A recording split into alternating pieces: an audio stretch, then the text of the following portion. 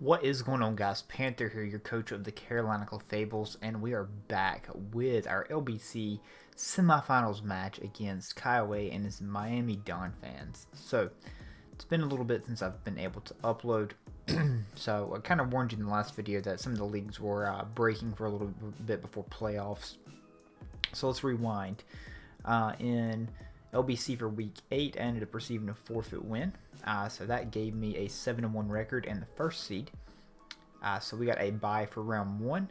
Kyle and Skyrander faced, and Kyle advanced. So that is what happened with this.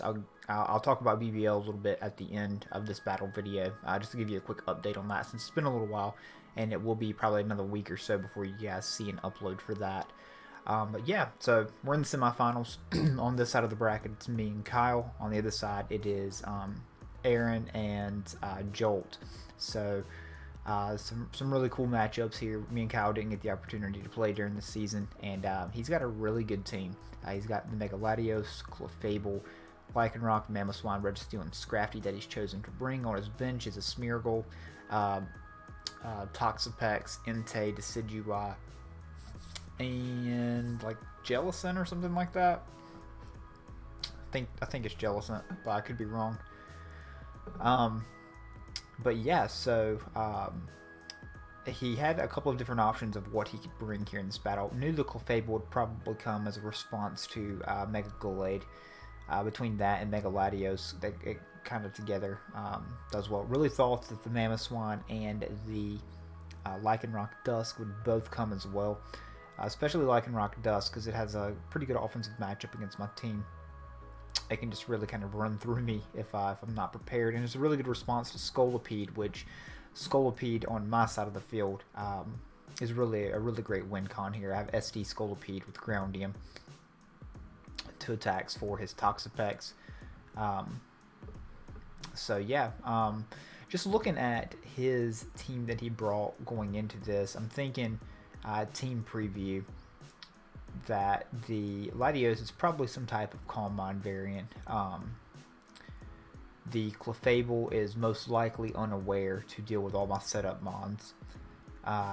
He has Mamoswine. I'm thinking it could be like the lead Endeavor sashed, because I do have Rotom, so I do have a decent response to it, but I could also see it like just being a Life Orb Breaker set. Stone Edge is going to do a lot to Rotom on a predicted switch in. He can knock and do a lot of damage as well. And if he's got rocks up, then it doesn't really matter, because Rotom's going to be taking all of that anyways. And if Rotom's dead, just look at Mamoswine and look at my team. So Mamoswine could be a couple of different things. Didn't really know what it would be at preview. Registeel, I'm just thinking some type of bulky mod, just maybe defensive to help take hits from the Scolipede. The Lycanroc, maybe Z, or some type of like Life Orb set, and then Scrafty, maybe Dragon Dance, maybe like some type of bulky Intimidate set to help with some physical threats like Scolipede or Landorus, because his counterplay to Landorus here isn't all that great. He left the Decidueye sitting on the bench. I did think the Decidueye would come just for the ground resist. Obviously, Latios is a good immunity to it, but Latios doesn't exactly want to catch the U-turn or anything like that. But let's take a look over at my team. I'm SD Gallade, and that's not really meant as a win con. It's really meant just as a breaker here to just punch holes in his team, set up for SD Scolipede. I have a Empoleon with Sugarberry, and this is a primary response to Clefable.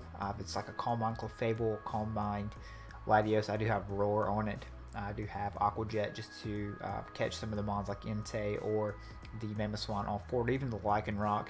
I do have Shuka on there for Mamoswine to do some big damage to it, or the Lycanroc. It's more or less so a Lycanroc answer, because if it goes for the drill run, then I can do quite a bit back to it with the liquidation. The Hydreigon is a bulkier Hydreigon for the Entei. It was really my only counterplay to Entei. It's a defensive variant with just U-turn, Taunt, Roost, and Dark Pulse. So I'm primarily just going to be clicking U-turn, especially on this team, just pivoting around. And he didn't even bring the Entei, which it makes my Hydreigon kind of fodder in this match, because it can't really take hits from much. Rotom, I've already talked about the Rotom. It's my defensive check to the Mamoswine. I am Charty Berry, so if need be, I can get a Volt Switch off on the Lycanroc as well. But Charty's really for Stone Edge Mamoswine or like Rocky MZ Mamoswine, just to be able to at least come in and take that. Landorus is my choice Scarf variant. U-Turn, Outrage, Earthquake, and Punishment, I do believe, for the Calm Mind Latios. No, I'm not Punishment. I'm Outrage. Let me pull it up real quick. No, I'm not. I'm Explosion. Explosion for the Clefable, defensive Clefable. If he's Calm Mind, I can turn around and do a lot to it with just the boom. And then, like I said, SD KyleAye is my last mon. So just kind of looking at team preview here, I've got a fantastic lead here in KyleAye. His leads are going to be Registeel, Mamoswine, or Lycanroc, in my opinion, or Clefable. And if he does choose to leave Clefable, I have counterplay to it immediately in Rotom or Empoleon. So I'm going to choose to go ahead and lead with KyleAye here and just see where that takes me. Because if he leads Rotom or Mamoswine just trying to get up rocks, then I really don't mind that too much. I can throw off a Drain. I can scout Clefable's spread. I can try to get some information on his item. It just gives me a lot of information here turn 1 that I can do. If he goes Latios too, that's fine as well. I can kind of get some information on it. But I think Clefable's going to be the initial switch in. So Kyle makes a conservative play here, as he should, and goes out into the Clefable. It is important to note that I'm quite content playing without rocks this entire game. I do not actually have rocks on my Empoleon. I'm Toxic Roar, Liquidation, and Aqua Jet. So there's the Drain Punch, and that's telling me he is primarily physically defensive. That's doing like somewhere between 15 and 20%. So I'm going to go out into my Empoleon here, as I think he's probably just going to go for his rocks or the Moonblast, or maybe even like a Wish or something. If he throws up a Wish, that kind of gives me some information as well on if this thing's Magic Guard or Unaware. We don't see leftovers either, which is important to note, because I'm thinking at this time he's Kebia Berry. So I'm going to go here. I throw off a Toxic there on that turn.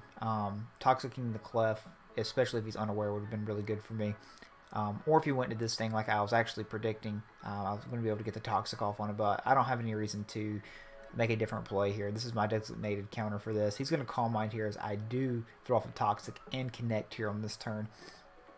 He's likely not going to be Refresh, because if he's Refresh, he's not going to be Calm Mind, Refresh, Roost, and like Mono Psychic Shock or Mono Draco. I have a Sylveon on the bench. That just doesn't make sense. So his Calm Mind, we know, is probably Roost. And then he's probably going to be something to hit this like T-Bolt or something. So I'm going to scout for the T-Bolt here and go out into my Landorus. So we're going to get in Lando here. And he does, in fact, throw off a Thunderbolt. And that gives me some information, because then he's either Psychic Stab or he's Dragon Stab for his last move. And I'm thinking he's probably Psyshock for the Sylveon. I'm just going to unclick U-Turn here. I really don't have a reason not to. I could Outrage if I wanted to, but he could go Clefable right after that, or Registeel, and get some momentum right back, or even Mamoswine, because Mamoswine eats. So, yeah. I'm going to scout here. Because if he wants to Psyshock, that's fine. I don't want to go into the Hydreigon and be wrong and take a Draco Meteor. So he is just Psychic and T-Bolt. So now I'm going to go into Hydreigon here, because he cannot touch me. I haven't seen Roost yet, but Roost is highly likely. So he's going to go ahead and Roost up here. And this gives me a U-turn. It's just going to give me some momentum here, because if he wants to go into anything else, then it's going to have to take this U-turn and give me the initiative. So he's going to switch out here, and he's actually going to go into Registeel at this time, and which is a good play, because if I'm like some type of like Z Hydreigon, then he doesn't want his Clefable in on it, which is a fair play. So I'm going to be able to go out into my Glade here and threaten this thing out. So I still don't know if the Clefable is Magic Guard or Unaware, but I'm not in Moonblast range, so I'm not really too worried about it as of yet. So I'm just going to go ahead and SD up here, as I believe he goes for his rocks on this turn. Yeah, he goes for his rocks on this turn. Now I have a decision to make. I want to see if he's going to go. I'm predicting the Clefable here, obviously, so I'm just going to go ahead and fire off his Zen Headbutt. And yep, he goes into Clef, and we're going to get this big Zen Headbutt off, and we're just going to be able to see if he's Unaware, obviously, on this turn. and as you can see, that's definitely unaware damage. So now we're going to be able to fire off the Zen Headbutt again, and this is definitely a roll to kill it. I'm not sure what the roll is exactly at this point. I'll have to talk to Kyle and see what the roll is exactly. I don't know spread quite yet, but yeah, he's going to go for the Icicle Spear, Choice Scarfed Icicle Spear, and yeah, do some pretty decent damage to me. He only gets 2 rolls, which kind of sucks, and we're going to be able to Drain Punch up again and knock out the Mamoswine. So at this point, it's looking kind of bleak because he's used his Scarfer and he's used his Unaware Bond. He's got to win some speed ties, maybe with the Latios if it's max speed, or the Lycanroc if it's max speed. Maybe like Sucker into Psyshock and knock me out, but I win this speed tie. I'm assuming it's a speed tie. I'm assuming that's probably max speed along with the Latios. So down goes the Lycanroc, and there's Scrafty, and it's looking like it's GG here at this point. So unless Scrafty's like Chopple or something like that, and it's not. So down goes Scrafty, and it's just the Registeel and the Latios left, and you can kind of see where this is going here at this point. It's a wrap. It's a KyleAye.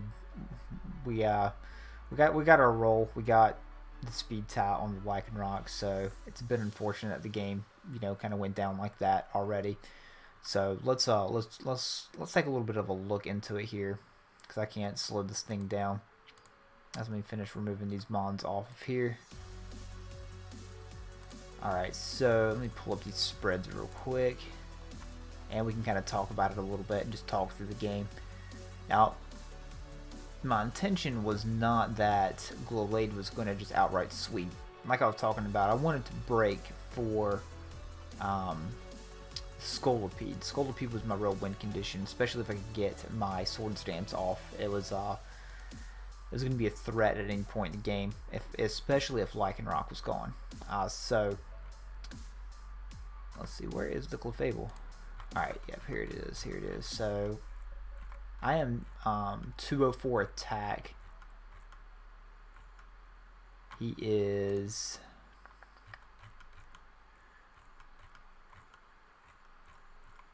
a bold 188 HP, 228 defense, Clefable. So let's pull that over into the calc real quick, and we'll take a look at the actual rundown of the KyleAye. So we had already gotten off our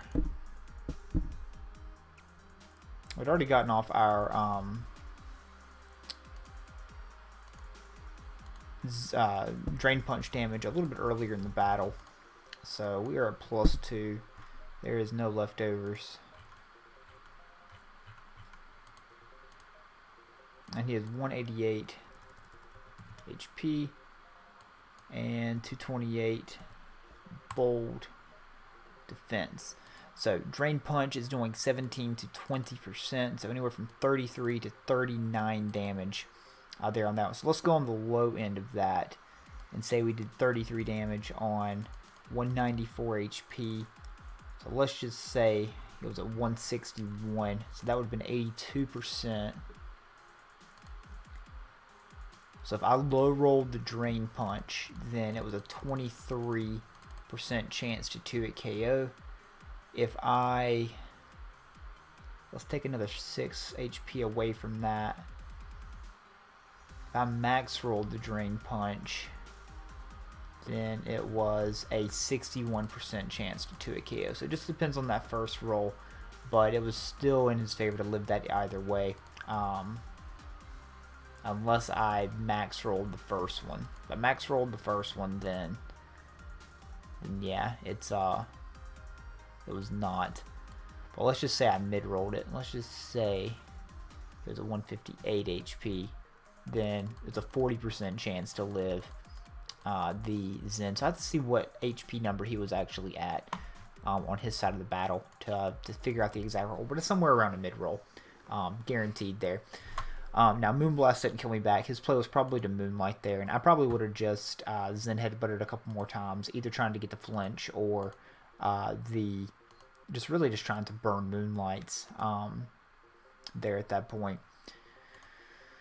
I had a feeling after the no item it was probably Kebia Berry, and that was always going to stop my Scolipede unless I can get rid of that thing. So that was big to try to get rid of there. So the game, the game obviously was very far from over at that point, especially if I wouldn't have gotten that roll. It probably would have continued for quite a while, as a matter of fact, but just because of that roll, that's how it goes sometimes, I guess. But, good game to you, Kyle. I had to kind of go down like that.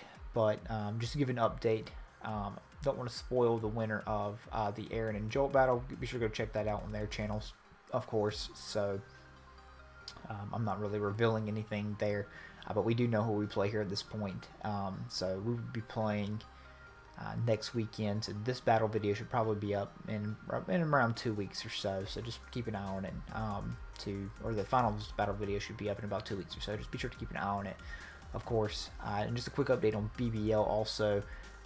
We won our last 2 games of the season there. We're 7-3. We've made playoffs, so expect a quarterfinals game here soon. We've actually played that at this point, so stay tuned. Videos are coming for all of our playoff runs. So, yep, this was the LBC semifinals here. Hope you guys enjoyed the short battle that it was. Be sure to check out Kyle. He's got a lot more Draft League content on his channel as well, of course, than my channel here. So, yeah, guys, thank you so much for your support this season, and until next time, we'll see you.